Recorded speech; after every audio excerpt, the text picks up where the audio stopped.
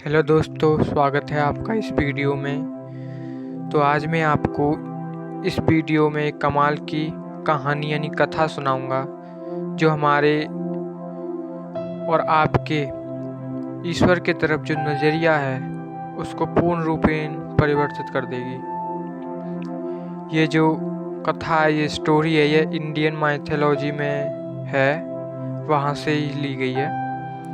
क्या होता है, एक बार जो भगवान शिव हैं वो तांडव कर रहे होते हैं, तांडव।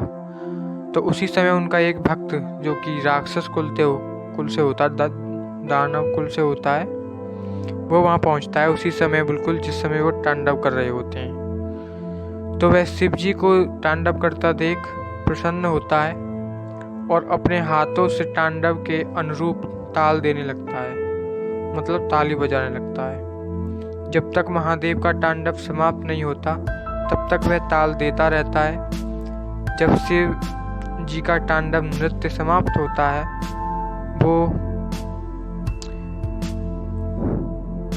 तो शिव जी वानासुर की इस निस्वार्थ प्रेम और निस्वार्थ भावना को देखकर प्रसन्न हो जाते हैं और कहते हैं, अगर तुम 2 हाथों से इतना अच्छा ताल बजाते हो, मेरा सहयोग किया तुमने मेरे तांडव में, तुम 1000 हाथ होते तो कितना अच्छा बजाते।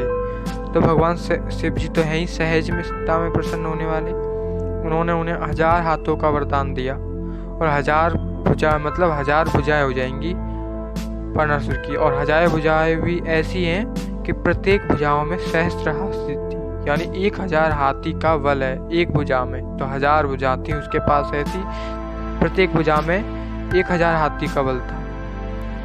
तो वानासुर वरदान पाकर खुश होता है और सोचता है कि जो वरदान हजारों वर्षों की तपस्या के पश्चात प्राप्त होता है वह मुझे सहज में ही प्राप्त हो गया।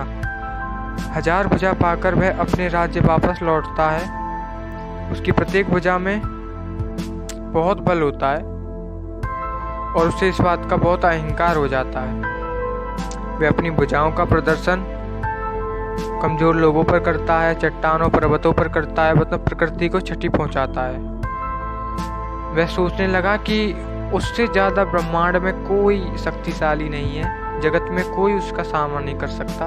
वह फिर से महादेव के पास जाता है, पहुंचता है और शिव जी से कहता है कि आपने भुजाएं तो दे दी, पर मेरे बराबर संसार में बलशाली कोई नहीं जो मेरे साथ दो हाथ करे, मुझसे लड़े।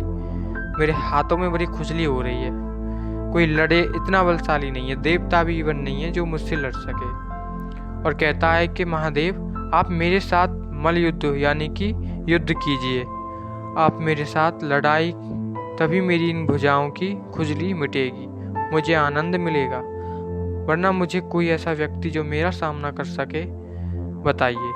शिव जी ने कहा, चिंता मत कर, तेरा सामना करने वाला तेरे पास आएगा, तेरा सामना करेगा, तुझे हराएगा भी, बिल्कुल तेरे से सबल वाला।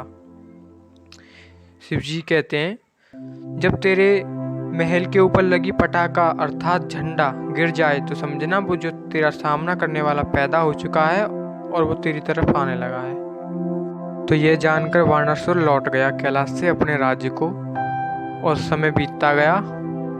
वो समय भी आया जब उसके ही समान बलशाली अर्थात जो भगवान जो कृष्णा जी हैं, लॉर्ड कृष्णा, उनसे उसका सामना होता है। भगवान कृष्ण उसकी हजारों भुजाओं को अपने सुदर्शन से काट फेंकते हैं, उसका अहंकार दूर करते हैं, उसका कल्याण करते हैं, उसे मुक्ति प्रदान करते हैं। उसका मित्रों, एक बात तो अच्छे से समझ लेना, ईश्वर हमसे निस्वार्थ प्रेम करते हैं। हम उनसे कुछ मांगे और वो हमें ना मिले, इसका अर्थ बिल्कुल नहीं है कि वो हमसे प्यार नहीं करते।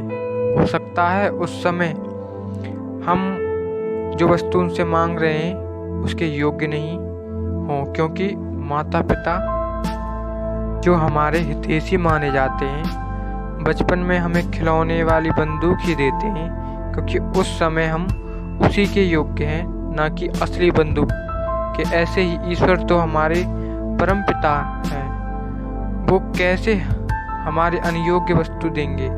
जैसे पुलिस का जो ट्रेनिंग होती है वो बड़ी ही दर्दपूर्ण, मतलब बहुत ही संघर्षशील होती है। जो पुलिस जो प्रोटेक्शन मिलता है, पुलिस को जो ट्रेनिंग मिलती है वो बहुत दर्दपूर्ण होती है, लेकिन पुलिस वाला जो व्यक्ति होता है उस ट्रेनिंग को पूरी करता है, भले वो कितनी ही चुनौतीपूर्ण क्यों ना हो।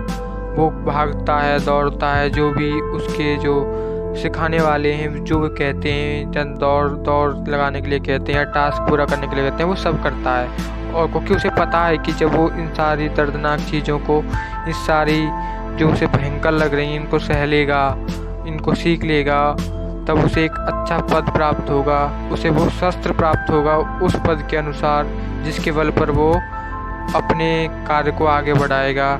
उसे शक्ति प्राप्त होगी, और वो शक्ति जब भी प्राप्त होगी जब वो उसके अनुरूप हो जाएगा, के योग्य हो जाएगा। इसी तरह भगवान भी हमें अपने जीवन में बहुत से संघर्ष और दुख देते हैं। उन दुख देने का कारण ये होता है कि वो हमें कुछ ना कुछ तो ऐसा देना चाहते हैं जिनके लायक अभी हम हैं नहीं, लेकिन भगवान जो ईश्वर हैं, जो हमसे बड़ा प्यार करते हैं, वो हमें उस चीज़ के योग्य बनाना चाहते हैं। और जब हम उस चीज़ के योग्य हो जाते हैं, हम खुद से चलना सीख जाते हैं, तब वो हमें वो वस्तु जिसके रूप हमें बनाना चाहते थे वो हमें देते हैं। थैंक यू दोस्तों, इस वीडियो को आपने देखा बड़े ही प्यार पूर्वक। आगे हम एक नई वीडियो में मिलेंगे, एक नई कहानी के साथ जो आपकी और हमारी दोनों की श्रद्धाओं को बढ़ाएगी और हमें एक नई शिक्षा देगी जो ईश्वर की तरफ हमारे विश्वास को और प्रगाढ़ करेगी। थैंक यू दोस्तों, थैंक्स।